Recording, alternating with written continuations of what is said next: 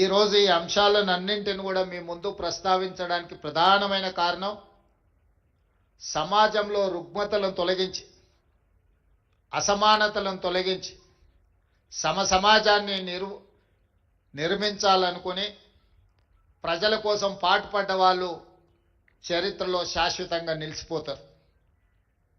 వాళ్ళ స్ఫూర్తితోని ఈ ప్రభుత్వం ఇందిరమ్మ రాజ్యం ఏర్పడ్డది. ఈనాడు ఈ వేదిక మీద మిత్రులు బట్టి విక్రమార్క గారు కావచ్చు, గడ్డం ప్రసాద్ కుమార్ గారు కావచ్చు, లేకపోతే డాక్టర్ కావ్య కావచ్చు, వంశీ కావచ్చు, డాక్టర్ లక్ష్మీకాంతరావు కావచ్చు, డాక్టర్ కవ్వంపల్లి సత్యనారాయణ కావచ్చు, లేకపోతే నాగరాజ్ ఐపీఎస్ కావచ్చు, వీళ్ళందరూ వేదిక మీద ప్రజాప్రతినిధులుగా చట్టసభలకు ప్రాతినిధ్యం వహించడమే కాకుండా వీళ్ళందరికీ కన్వీనర్గా పనిచేస్తున్న డాక్టర్ మల్లు రవి గారు కావచ్చు, వీళ్ళందరి జీవితంలో ఎందుకు రాణించిండ్రు?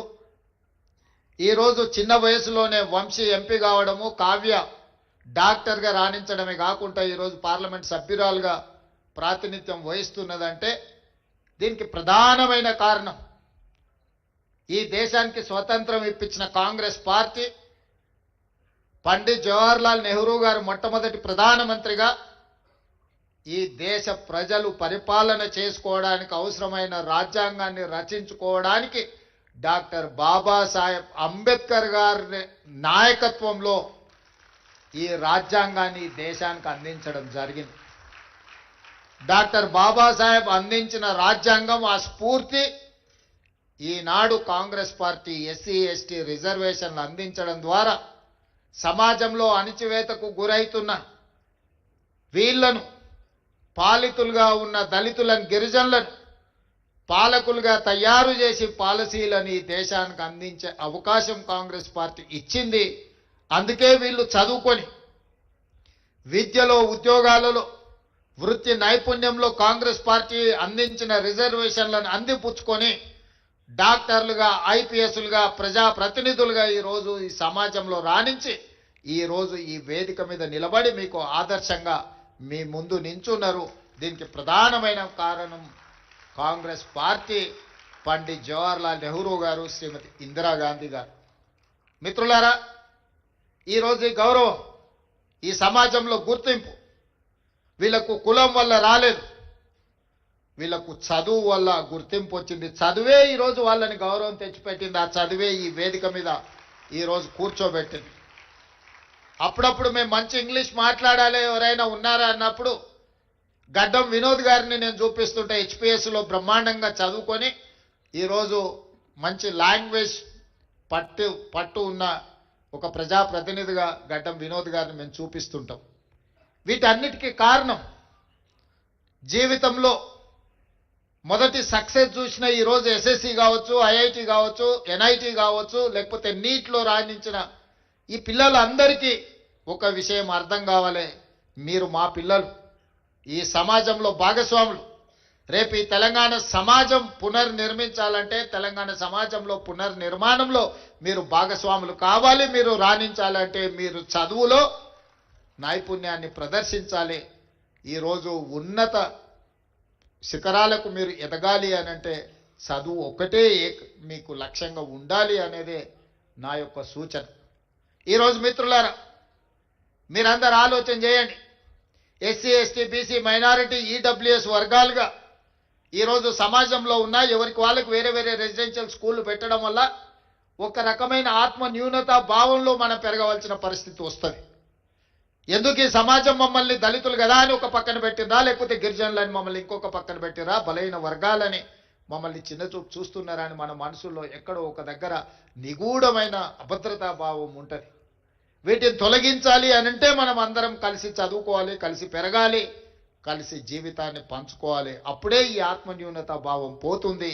ఈ సమాజ నిర్మాణంలో మీరు భాగస్వాములు అవుతారు అని ఆలోచన చేసి ఈరోజు రాష్ట్ర ప్రభుత్వం young India integrated residential schools అనే ఒక విధానాన్ని తీసుకొచ్చి ఈ దేశానికి ఆదర్శంగా ఉండే విధంగా 25 ఎకరాలలో ఒక కార్పొరేట్ కాలేజీలతో పోటీ పడే విధంగా ఈచ్ స్కూల్కి 200 కోట్ల రూపాయలు కేటాయించి ఈరోజు మీకు ఒక ఇంటర్నేషనల్ స్టాండర్డ్స్ ఎడ్యుకేషన్ని not only infrastructure, educational qualification కూడా, అక్కడ ఉండే క్వాలిటీ కూడా పెంచాలి అని ఒక లక్ష్యంతో ఈరోజు అవసరం ఉందా అని ఒక పత్రిక రాసింది, ఒక రాజకీయ పార్టీకి సంబంధించిన పత్రిక. కరెక్టే మీ విధానంలో, ఎందుకంటే మీరు అధికారంలో ఉన్నప్పుడు బర్రెలు, గొర్రెలు, చేపలు, చెప్పులు కుట్టుకోండి అనే స్కీములు మీరు తీసుకొచ్చిండ్రు. ఆనాడు బడుగు బలైన దళిత గిరిజన మైనారిటీ వర్గాలు ఏం చేయాలంటే దళితులు చెప్పులు కుట్టుకోవాలి, బలహీన వర్గాలు చేపలు పట్టుకోవాలి, ట్రైబల్స్ పందులు పెంచుకోవాలని గత ప్రభుత్వంలో స్కీములు వచ్చినాయి. మీరు అందరూ చూడండి, గత 10 సంవత్సరాలలో ఏం చెప్పారు? బర్రెలు, గొర్రెలు ఇస్తాం, చేపలు ఇస్తాం, చెప్పులు కుట్టుకోండి, మీకు స్కీములు ఇస్తామని చెప్పిండ్రు తప్ప మీకు చదువు చెప్తాం, మీకు రాజ్యాధికారం ఇస్తాం, ఈ రాజ్యం నిర్మాణంలో మిమ్మల్ని భాగస్వాములను చేస్తామని చెప్పలేదు. మీ చదువుకున్న నిరుద్యోగ యువకులకు పీజీలు, పిహెచ్డీలు చదివి ఇవాళ చాలా మంది పేదోళ్ళు, నేను గ్రామీణ ప్రాంతం నుంచి వచ్చిన, గ్రామీణ పరిస్థితులు ఎట్లుంటాయో క్షుణ్ణంగా అవగాహన ఉన్నవాడిగా చెప్తున్నా.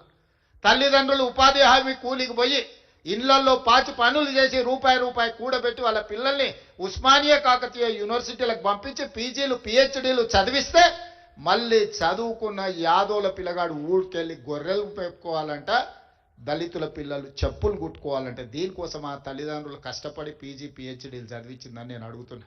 ఎందుకు ఆ 10 సంవత్సరాలలో ఉద్యోగ నోటిఫికేషన్లు ఇవ్వలేదు? ఉద్యోగ నోటిఫికేషన్ల కోసం ఉస్మానియా కాకతీయ యూనివర్సిటీల నుంచి మొదలు పెడితే అశోక్ నగర్ చౌరస్తా వరకు నోటిఫికేషన్ల కోసం అల్లాడిన పిల్లలు లేరా? తెలంగాణ ఉద్యమంలో ఒక్కరైనా మీ పిల్లలు చచ్చిందా? చచ్చిపోయిన పిల్లలందరూ ఈ పిల్లలే కదా. ఆ పిల్లలు ఉద్యోగాల కోసమే కదా సర్వం త్యాగం చేసింది. తెలంగాణ ఉద్యమంలో ముందు బాగానే నిలబడి పోరాటం చేసింది. వాళ్ళ తల్లిదండ్రులు మా బ్రతుకులు ఎట్లాగూ కూలి నాలి చేసుకొని పల్లెల్లో పేదరికంలో మగ్గిపోయినాం, మా పిల్లోడు చదువుకుంటే మా జీవితాలు బాగుపడతాయి, దాంతో మా తర్వాతి తరాలు బాగుంటాయన్న ఆలోచనతో చదివిస్తే ఉద్యోగ నోటిఫికేషన్లు ఇవ్వకుండా 10 సంవత్సరాలు వాళ్ళ జీవితాలతో చెలగాటమాడిన వాస్తవం కాదా? ఈరోజు నేను సివిల్ సొసైటీలో పనిచేసే వాళ్ళ తరఫున వాళ్ళు నన్ను కలిసి మాట్లాడినప్పుడు 23-24 సంవత్సరాల యువకుడు పోటీ పరీక్షలకు ప్రిపేర్ అవుదామని హైదరాబాద్కు వస్తే 10 సంవత్సరాలు నోటిఫికేషన్ లేకపోతే వాడి జీవితంలో 23-24 సంవత్సరాల నుంచి 35-36 సంవత్సరాల వరకు జీవితంలో నిలదొక్కుకోకుండా, పెళ్లి లేకుండా, కుటుంబంతో ఉండకుండా ఈరోజు వాళ్ళ జీవితాలు కాలగర్భంలో కలిసిపోతుంటే ఆ తల్లిదండ్రుల దుఃఖం అనేది కుర్చీలో ఉన్నవాడికి ఉండాలి కదా. మీ కుటుంబంలో పార్లమెంటు కోడిపోతే 6 నెలలు తిరగకముందే ఉద్యోగం ఇచ్చుకున్నారు. మీ బంధువులను ప్రజలు తిరస్కరిస్తే ఎంబడెంబడే నామినేట్ పదవులు ఇచ్చుకున్నారు.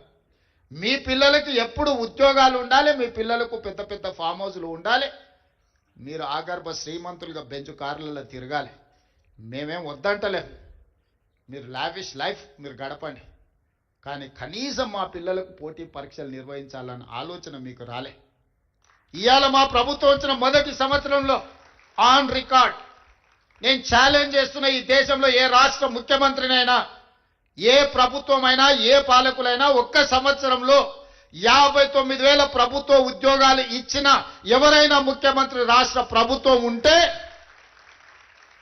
వాళ్ళు విధించే ఏ శిక్షకైనా నేను మా ఉప ముఖ్యమంత్రి గారు సిద్ధంగా ఉన్నాము.